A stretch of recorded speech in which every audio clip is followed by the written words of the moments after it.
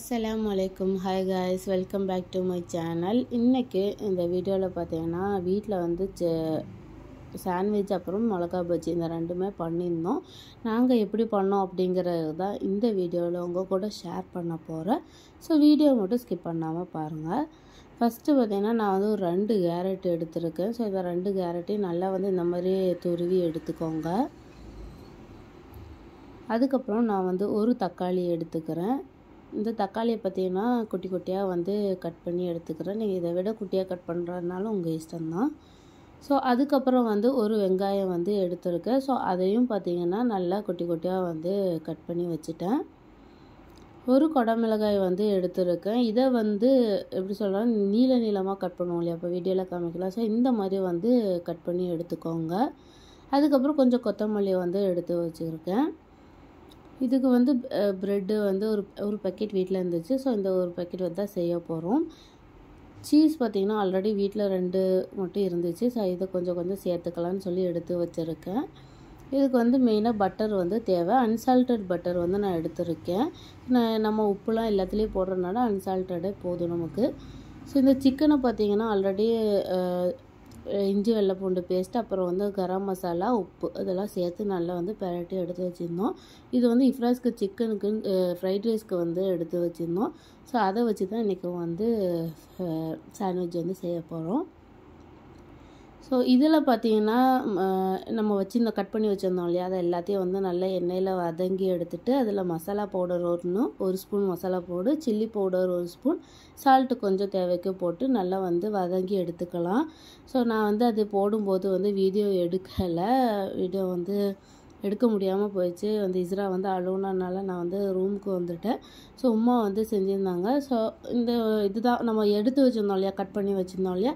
So அது எல்லாத்தையும் ஆயிலில் போட்டு எல்லாத்தையும் ஒன்றாவே போட்டு நல்லா வதங்கினதுக்கப்புறம் லைட்டாக கொஞ்சம் வதங்கினதுக்கப்புறம் இந்த மசாலாலாம் வந்து ஆட் பண்ணிவிட்டு நீங்கள் வந்து கொஞ்சம் நமக்கு தெரிஞ்சிடும் இல்லையா, கொஞ்சம் வதங்கிட்டு அப்படின்னு தெரிஞ்சோடனே வந்து ஆஃப் பண்ணிடலாம்.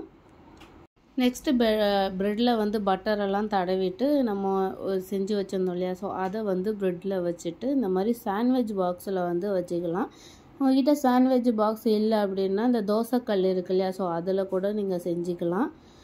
வீட்டில் சாண்ட்விச் பாக்ஸ் இருந்ததுனால சாண்ட்விச் பாக்ஸ்லேயே பண்ணிட்டோம். ஸோ ப்ரெட்டில் வைக்கிறத கூட வீடியோ எடுக்க முடியல. ஸோ இதில் வந்து அழுதுகிட்டே இருந்ததுனால என்னால் வீடியோ ஒழுங்காக எடுக்க முடியல. ஸோ அதனால தான் கடைசியாக வீடியோ எடுத்து வச்சுருந்தேன்.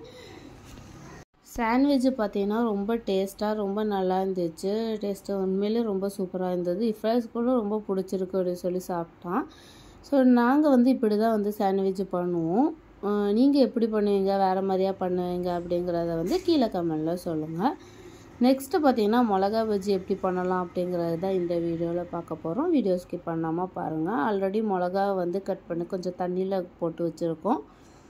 ஸோ இதை கொஞ்சம் உப்பு போட்டு வச்சுருக்கோம். இப்போ இதுக்கு என்னெல்லாம் தேவைன்னு பார்த்தீங்கன்னா பட்டாணி மாவு எடுத்துருக்கோம். ஸோ இந்த பட்டாணி மாவில் வந்து கொஞ்சமாக வந்து ஒரு 1/2 ஸ்பூன் 1/4 ஸ்பூன் அளவுக்கு வந்து பேக்கிங் சோடா வந்து எடுத்துக்கோங்க. ஸோ நீங்கள் மாவு எவ்வளோ எடுக்கிறீங்களோ அதுக்கு தக்கன கொஞ்சம் உப்பு போட்டுக்கோங்க. உப்பு போட்டுட்டு கொஞ்சமாக தண்ணியை வந்து சேர்த்துக்கோங்க. மொத்தமாக சேர்த்துக்கிட்டிங்கன்னா ரொம்ப தண்ணியாகிடக்கூடாது. ஸோ அதனால் கொஞ்சமாக தண்ணி சேர்த்து அப்படி கலக்கி வச்சு இந்த மாதிரி ஒரு கன்சிஸ்டன்சியில் வரும். அப்படி வரும்போது வந்து உங்களுக்கு தேவைன்னா வந்து இந்த 1 ஸ்பூன் வந்து மிளகாத்தூள் வந்து போட்டுக்கோங்க, சில்லி பவுடர் வந்து போட்டுக்கோங்க. ஸோ இன்னொரு அடுப்பில் எண்ணெயை வந்து சூடு பண்ணணும். ஸோ சூடு பண்ணிவிட்டு நம்ம ஏற்கனவே வச்சுருந்தோம் இல்லையா, ஸோ அந்த மாவில் வந்து மிளகாவை வந்து நல்லா வந்து டிப் பண்ணிவிட்டு அப்படியே எடுத்து வந்து ஆயிலில் வந்து போட்டுட்டோம். மிளகா பஜ்ஜியுமே வந்து ரொம்ப சூப்பராக ரொம்ப நல்லா இருந்துச்சு. ஸோ இந்த 2 ரெசிபியும் வந்து உங்களுக்கு யூஸ்ஃபுல்லாக இருக்கும் அப்படின்னு நினைக்கிறேன். யூஸ்ஃபுல்லாக இருந்துச்சுன்னா லைக் அண்ட் ஷேர் பண்ணுங்கள். அண்ட் மறக்காமல் என்னோடய சேனலை சப்ஸ்கிரைப் பண்ணாமல் பார்த்துட்டு இருக்கீங்கன்னா சப்ஸ்கிரைப் பண்ணிக்கோங்க. கூடவே பக்கத்தில் இருக்க நோட்டிஃபிகேஷன் பெல்லையும் வந்து ஆன் பண்ணிக்கோங்க. அப்போ தான் நான் போடுற வீடியோ உங்களுக்கு நோட்டிஃபிகேஷனில் வரும், வீடியோ மிஸ் ஆகாது.